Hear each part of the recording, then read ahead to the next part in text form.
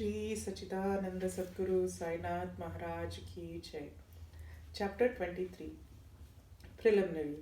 Really, this jiva transcends the three qualities, that is, sattva, rajas, and tamas.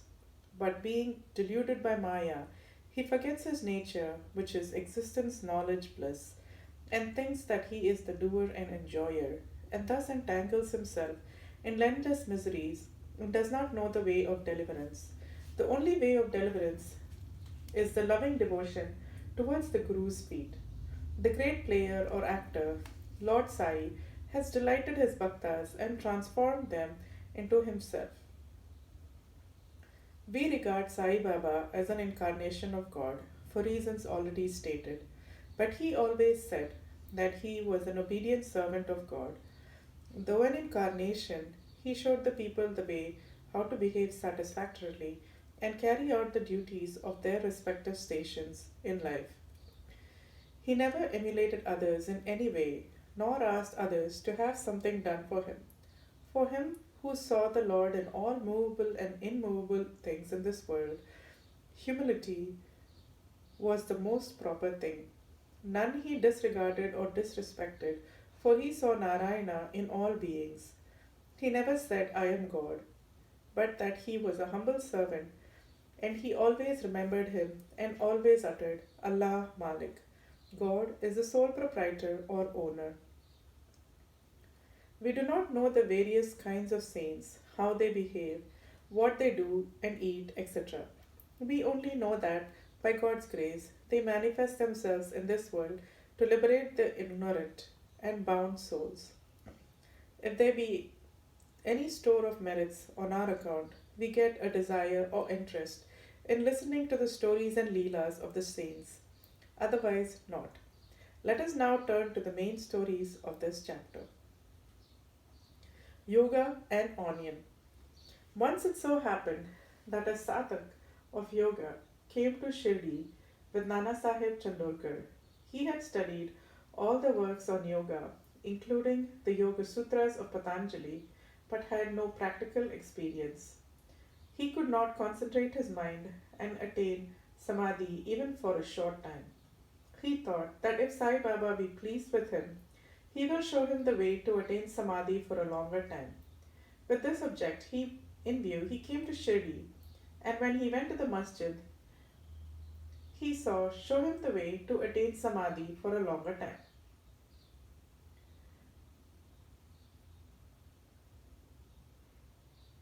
When he went to the masjid, he saw Sai Baba eating bread with onion. On seeing this, a thought arose in his mind. How can this man eating stale bread with onion solve any difficulties and help me? Sai Baba read his mind and said to Nana Sahib, O Nana, he who has the power to digest onion should eat it and none else. Hearing this remark, the yogi was wonderstruck and then fell at Baba's feet with complete surrender. With pure and open mind, he asked his difficulties and got their solution from Baba. Thus, being satisfied and happy, he left Shirdi with Baba's udi and blessings. Shama, cured of snake bite. Before Hemant Pant begins the story, he says about the jiva that it can be very well compared with a parrot and that they both are bound, the one in the body and the other in a cage. Both think that their present bound state is good for them. It is only when a helper, that is Guru, comes and by God's grace opens their eyes and liberates them from their bondage that their eyes are opened to a greater and larger life, compared to which their former limited life is nothing. In the last chapter, it was shown how Baba anticipated the calamity that was to befall on Mr. Mirikar and rescued him from it. Now let the readers hear about a story grander than this. Once Shama was bitten by a poisonous snake. His little finger of the hand was stung and the poison began to spread into the body. The pain was also severe, and Shama thought that he would pass soon. His friends wanted to take him to God Viroba, where such cases were often sent, but Shama ran to the masjid to his Viroba, Sai Baba. When Baba saw him, He began to scold and abuse. He got enraged and said, "Oh, vile Bahuturdia, do not climb up. Beware if you do so." And then roared, "Go, get away, come down." Seeing Baba thus red and wrought, Shama was greatly puzzled and disappointed. He thought that the masjid was his home and Sai Baba his sole refuge. But if he was driven away like this, where should he go? He lost all hope of life and kept silent. After a while, Baba became normal and calm, and Shama went up and sat near him. Then Baba said to him, "Don't be afraid, don't care a jot. The merciful fakir will save you. Go and sit quiet at home. Don't go out. Believe in me and remain fearless and have no anxiety." Then he was sent home. Immediately afterwards, Baba sent Tatya Patil and Kaka Sahib Dixit to him with instructions to the effect that he should eat what he liked, should move in the house, but should in no case lie down and sleep. Needless to say, these instructions were acted upon, and Shama got all right in a short time.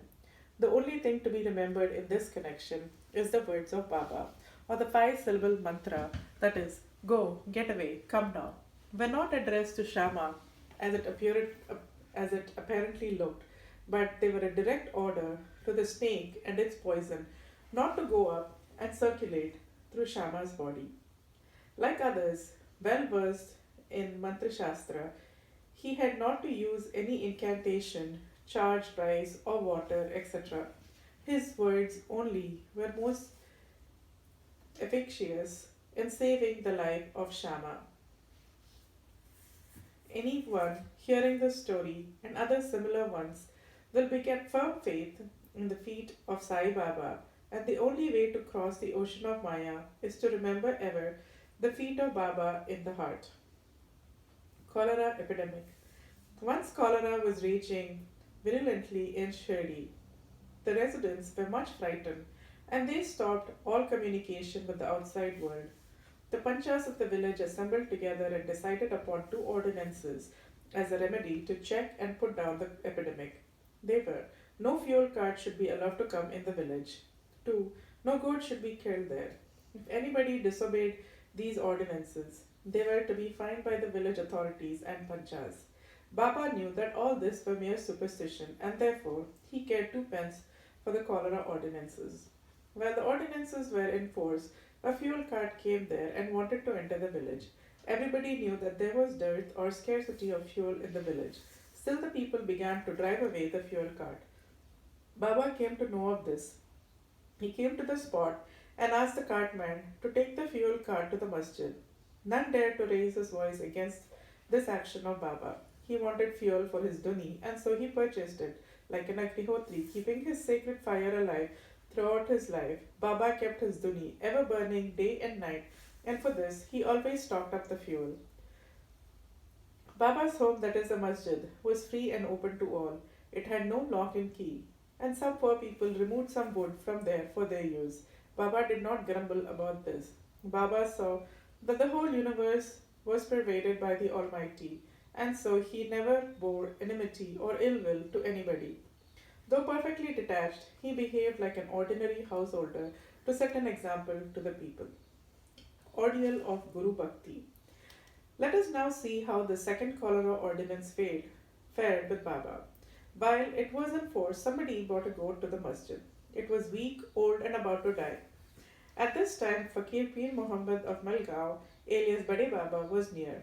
Sai Baba asked him to go behead it with one stroke and offer it as an oblation.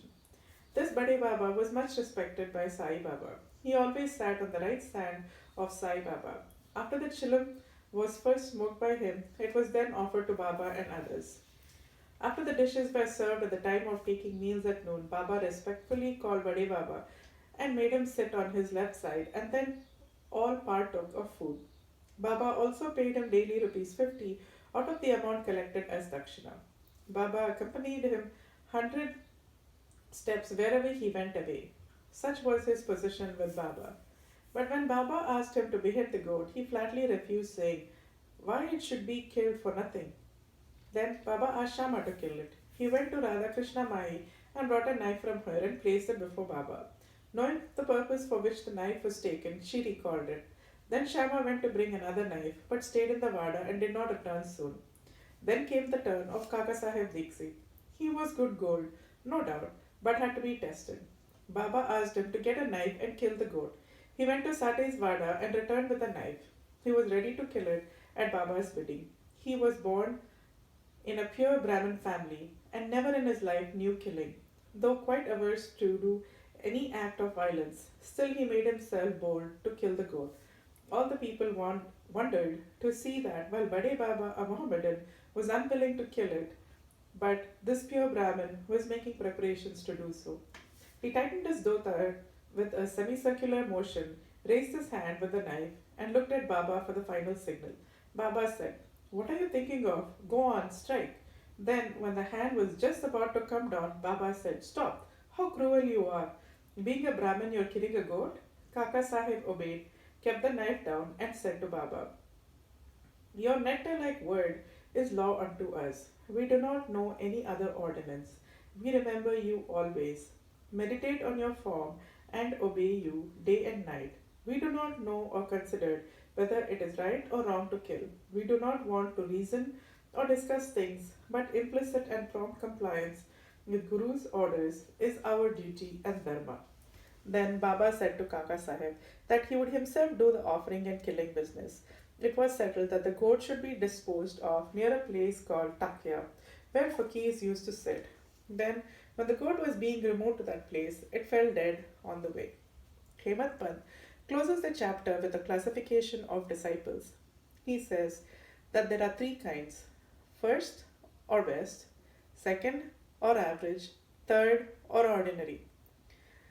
The best kind of disciples are those who guess what their gurus want and immediately carry it out, and serve them without waiting for an order from them.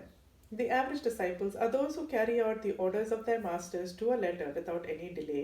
The third kind of disciples are those who go on postponing and carrying out of their orders and make mistakes at every step. The disciples should have firm faith backed up by intelligence, and if they add patience to these, their spiritual goal will not be distant. Control of breath, ingoing and outgoing, or hatha yoga, or other difficult practices are not at all necessary. When the disciples get the above mentioned qualities, they become ready for further instructions, and the masters then appear and lead them on in their spiritual path to perfection. In the next chapter, we deal with Baba's increasing wit and humor. Bo to Sai, peace be to all. Sri Sachidananda Sadguru Sainath Maharaj Ki Jai. End of chapter 23.